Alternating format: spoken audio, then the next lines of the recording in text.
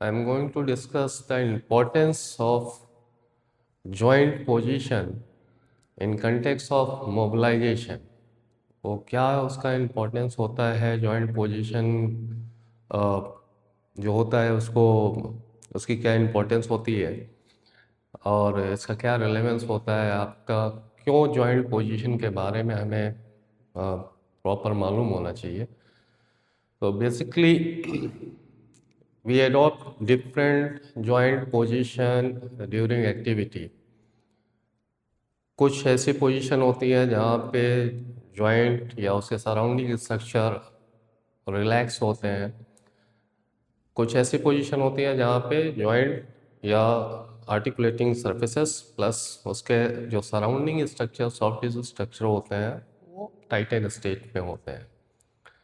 तो मोबिलाइजेशन के कंटेक्स्ट में prior to implementation of mobilisation because it is one of the technique which is use to improve the mobility of a joint. तो कोई भी technique हो आपकी Maitland है केल्टनमन है आपका मलिगन है जितनी भी टेक्निक्स हैं these all techniques focus basically to improve the joint mobility. But अगर हमें जॉइंट पोजीशन के बारे में सही सही आइडिया नहीं है कि कौन सी पोजीशन क्लोज पैक पोजीशन है और कौन सी आपकी जॉइंट की लूज पैक पोजीशन है और उन केस में अगर आप मोबिलाइजेशन परफॉर्म कर रहे हो without knowing these two important position of the joint and you may hurt the patient or uh, the outcome will be affected. आपकी टेक्निक सब कुछ ठीक है उसके बाद भी हो सकता है कि पेशेंट को फ़ायदे के बजाय बेनिफिट होने के बजाय नुकसान. तो सब first of all have a look over these two position. as we all know that close pack position basically these are the characteristics. क्या होता है उसमें joint surface are congruent. The concave face point for point in convex means जो दोनों articulating surfaces होती हैं बिल्कुल proximity होती है एक दूसरे के ऊपर बिल्कुल closely they are remain in contact. Next is ligaments maximally taut. जो सराउंडिंग लिगामेंट्स हैं जॉइंट के वो भी मैक्सिमली टाइटन स्टेट में होते हैं. Intracapsular space minimum. तो अगर आर्टिकुलेटिंग सर्फेसेस बिल्कुल पास पास हैं तो जो भी जॉइंट स्पेस है वो आपका मिनिमम स्टेट पे रहेगा या हम कह सकते हैं कि जो जॉइंट सर्फेसेस हैं they are remain in contact with each other. Surfaces can not be pull apart.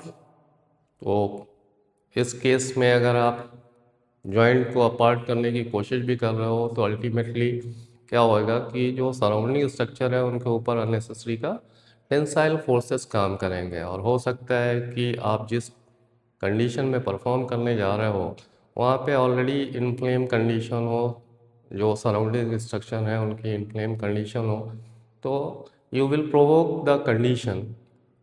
And next there will no degree of freedom. मतलब सीधी सी बात है कि आपका वहाँ पे कोई फर्दर मूवमेंट पॉसिबल नहीं होगा.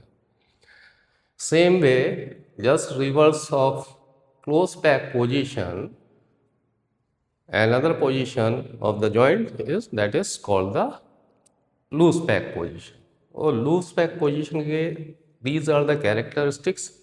उसमें क्या क्या होता है कि first is position aside of the close pack position.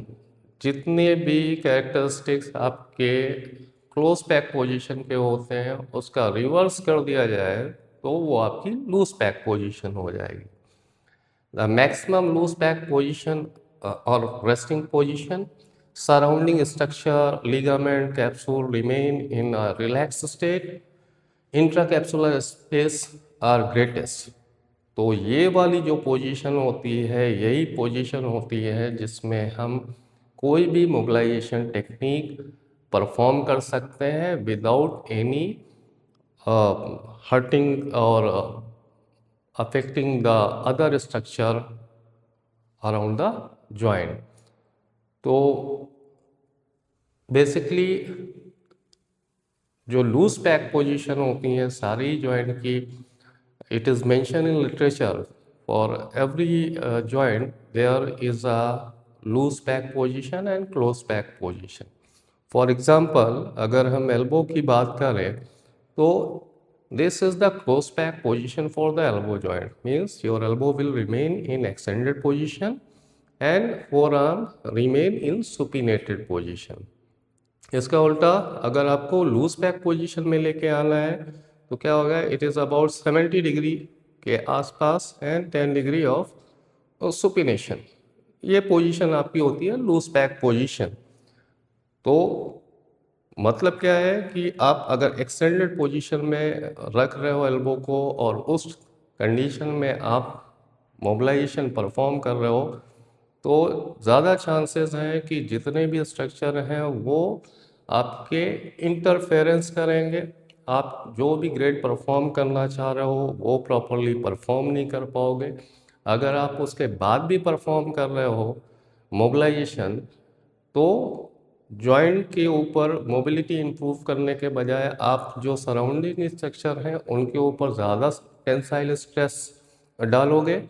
और जैसा पहले डिस्कस किया कि ऑलरेडी अगर वो सारे इन्फ्लेम हैं तो उससे आपका और ज़्यादा प्रॉब्लम एग्रावेट होगी. आर्टिकुलेटिंग सर्फेसेस बहुत क्लोज होंगी, एक दूसरे के कांटेक्ट में होंगी, हो सकता है वहाँ पे डिजेनरेटिव चेंजेस हों और आप उसके साथ में मोबिलाइजेशन परफॉर्म कर रहे हो तो इससे क्या हो रहा है कि आपका पेन या इन्फ्लामेशन और ज़्यादा इंक्रीज कर सकता है. तो उसके लिए हमें लूज पैक पोजीशन मालूम होना चाहिए. बट अगेन ये बहुत डिफ़िकल्ट है कि जितने भी जॉइंट बॉडी में है सबके लिए loose pack and close pack position mention है. But we can not memorize all the loose pack and close pack position of all over the body.